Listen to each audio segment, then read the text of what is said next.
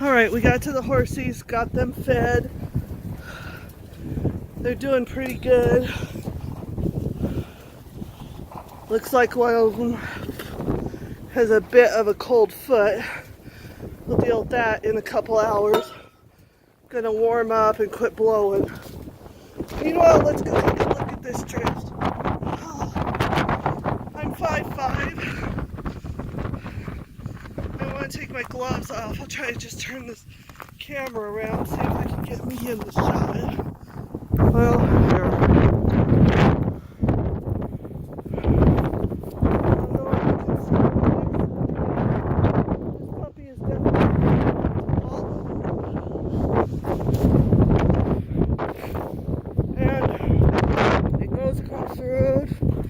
We always have a drift here. It's usually a little further back. Put some snow fence in, hoping to keep it. It came in at the wrong direction. So,